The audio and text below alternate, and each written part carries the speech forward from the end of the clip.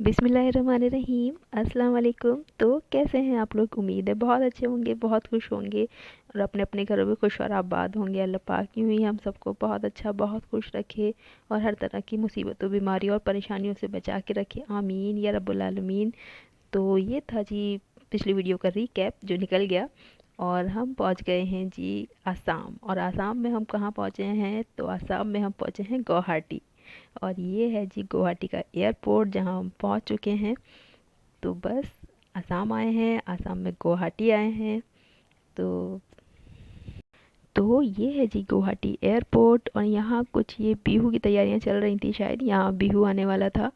तो बस उसी की छुट्टियों में गए थे हम, मतलब हमारी छुट्टियां नहीं थी लेकिन वहाँ की छुट्टियां थी। तो व्यू आने वाला था और उसी की तैयारियां चल रही थी और हम कर रहे थे अपने लगेज का वेट। और ये सब मतलब एयरपोर्ट पे जो है असम की जो जो भी फेमस चीज़ें हैं ना, उनके सारे पिक्चर्स लगे हुए थे।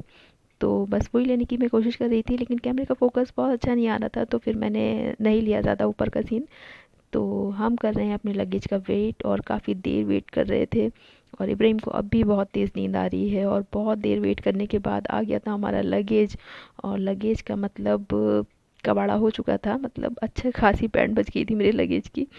तो बड़ा वाला जो सूटकेस था मेरा सबसे, उसमें काफ़ी ज़्यादा स्क्रैच और डेंट आ गया था। लेकिन चलो होता है, वहाँ तो यही होता है। तो मैं आपको बताती हूँ कि हमने इतने सालों बाद जो घूमने का प्रोग्राम बनाया अपने ट्रैवल का, तो वो आसाम का ही क्यों बनाया और आसाम में गुवाहाटी ही क्यों आए। तो मतलब इसके पीछे भी एक बात है, तो वो मैं आपको बताती हूँ। तो आसाम में हम कहाँ आए हैं, किसके पास आए हैं? आसाम में आए हैं हम गुवाहाटी। और गुवाहाटी में रहती है मेरी जेठानी। तो मैं आई हुई जी अपनी जेठानी के पास, उनके घर।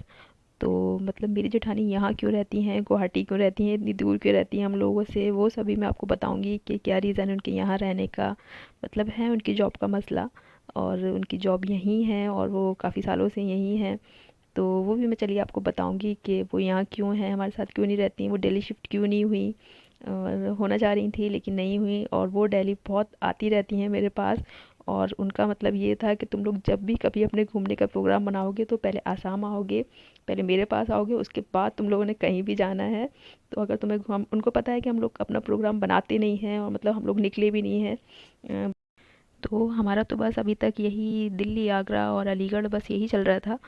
तो उनका ये था कि जब भी तुम लोग अपने घूमने का प्रोग्राम बनाओगे तो सबसे पहले तुमने आसाम आना है, गुवाहाटी आना है। उसके बाद ही मतलब वो घूमना है तुम्हें, उसके बाद कहीं और जाना है कभी। तो बस हमने सबसे पहले अपना प्रोग्राम मतलब पहले भी बना चुके थे लेकिन नहीं आ पाए।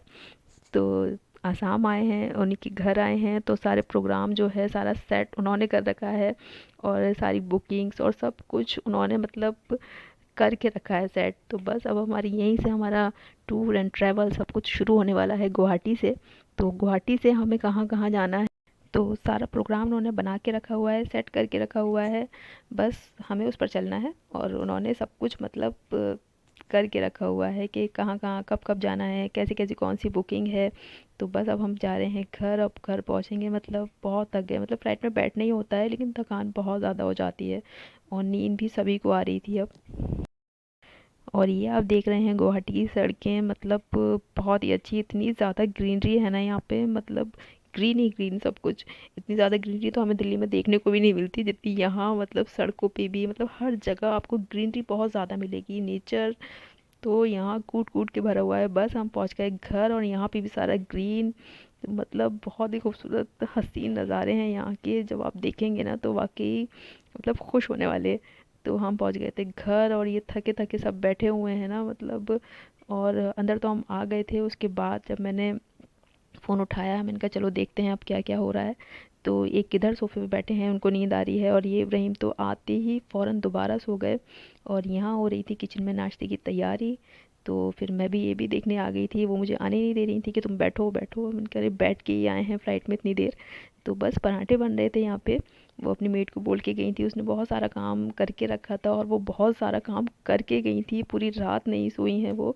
सब कुछ मतलब बहुत मैनेज करती हैं, बहुत कुछ करती हैं। कैसे कर लेती हैं वो इतना सब कुछ। और बहुत ही अच्छी है मेरी जेठानी, मतलब मेरी जेठानी नहीं है, मेरी बड़ी बहन ही है, बस समझ लीजिए।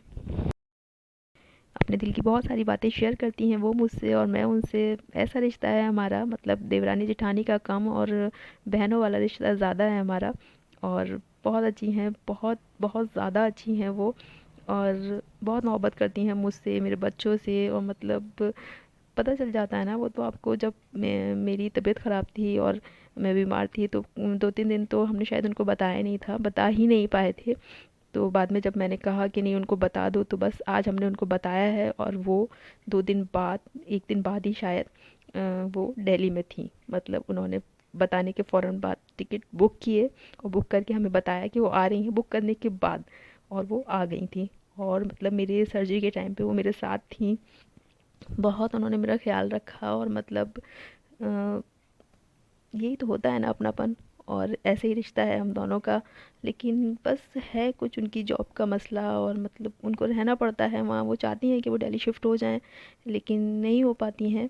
और जेठ मेरे जो हैं वो अलीगढ़ में रहते हैं, तो उनको सब कुछ अकेले ही देखना होता है यहाँ तो, क्योंकि उनका बिज़नेस वहाँ है, इनकी जॉब यहाँ है। और जॉब भी मतलब ऐसी नहीं है कि उसको छोड़ के आगे बढ़ा जाए। बहुत अच्छी माशाल्लाह से उनकी जॉब है यहाँ गुवाहाटी में। वो एनआरसी कोर्ट में जज हैं, माशाल्लाह माशाल्लाह।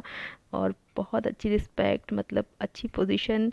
एक औरत अगर इस मुकाम पे पहुँचे तो वाक़ई उसने कितनी मेहनत की होगी वो सोचिए आप। मतलब बच्चे को भी देखना है, घर को भी देखना है, सारी चीज़ें मैनेज भी करनी है, अपना रिश्ता भी देखना है, दूर रहने वाला जो एक रिश्ता होता है ना उसको भी मैनेज करना है, आना जाना भी करती हैं, वो सब कुछ करती हैं। और मतलब और इस पोजीशन पे हैं यहाँ पे, वाक़ई अल्हम्दुलिल्लाह। और अल्लाह पाक हिम्मत दे उन्हें कि जैसे वो अब तक सब कुछ मैनेज करती आई हैं, आगे भी करती रहें। और कभी कभी हो जाती हैं थोड़ी सी कि मैं कैसे करूं और कब तक करूं, मतलब होता है ना अकेले रहने से थोड़ा सा। तो अल्लाह पाक हो जाएगा सब कुछ। मैं फिर उनको यही समझाती हूँ कि आप कर लेंगी, आप कर लेती हैं ना, आपने अब तक करा है ना, तो फिर वो समझ जाती हैं। तो बस इतना सारा नाश्ता और सब कुछ वो बना के गई थी, छोले और पराठे। और पराठे तो बहुत ही ज़बरदस्त, मतलब मैदे के पराठे बनाए थे उन्होंने, और बहुत अच्छे पराठे बने थे। तो बस चाय, नाश्ता, पराठे और केक, यही सब चल रहा है यहाँ पे। और बहुत तेज़ वाली भूख लगी हुई थी सबको। और इतने दिनों के बाद सब साथ में बैठ के नाश्ता कर रहे थे ना, तो बहुत अच्छा लग रहा था, मतलब बच्चों को भी और मुझे भी। कि मतलब इतनी छोटी सी फैमिली है हमारी। मेरे हस्बैंड के एक ही भाई हैं, कोई बहनें नहीं हैं, माँ बाप अब उनके रहे नहीं। तो और उनकी वाइफ और ये उनकी बच्ची ये यहाँ गुवाहाटी में है। मेरे जेठ जो हैं वो अलीगढ़ में हैं। तो मसले हैं सबके, उनकी जॉब का मसला है, उनके बिज़नेस का मसला है। और मेरे हस्बैंड दिल्ली में हैं, क्योंकि उनकी जॉब का मसला है, वो अलीगढ़ शिफ्ट नहीं हो सकते। भाभी भी अलीगढ़ और दिल्ली में से कहीं शिफ्ट नहीं हो पा रही। वो भी बहुत चाहती हैं कि हम सब एक साथ हो जाएं, तो लेकिन नहीं, नहीं हो पा। और होगा इंशाल्लाह बहुत जल्द, क्योंकि सभी कोशिश में लगे हुए हैं कि मतलब सबको इतनी दूर दूर ना रहना पड़े, सब साथ में ही शिफ्ट हो जाएं और मतलब एक साथ ही रहने लगें। कोशिश तो कर रहे हैं और सोच भी रहे हैं। तो बस अल्लाह पाक करवा दें इंशाल्लाह। तो बस यहाँ चल रहा है चाय पराठा और नाश्ता और चाय, बस यही। और ये केक, मतलब केक बनाने में तो क्या बताऊँ मैं आपको, मास्टर हैं वो। और केक ये उन्होंने बनाया था, बनाना केक था ये, बहुत ही यम्मी, बहुत ही ज़बरदस्त बना हुआ था। तो बस इतना अच्छा नाश्ता करने के बाद अल्हम्दुलिल्लाह अब आ रही थी बहुत तेज़ वाली नींद। अब करना था थोड़ा सा आराम, फिर उसके बाद बातें, और शाम से शुरू हो जाएगी हमारी गुवाहाटी घूमने की शुरुआत। तो नेक्स्ट व्लॉग जो होगा वो तो बहुत ही ज़बरदस्त होने वाला है, मतलब first day of Guwahati vlog ज़रूर देखिएगा आप लोग। गुवाहाटी घूमेंगे साथ साथ इंशाल्लाह। तो चलिए मिलती हूँ मैं अपने नेक्स्ट व्लॉग में, तब तक के लिए अल्लाह हाफिज़।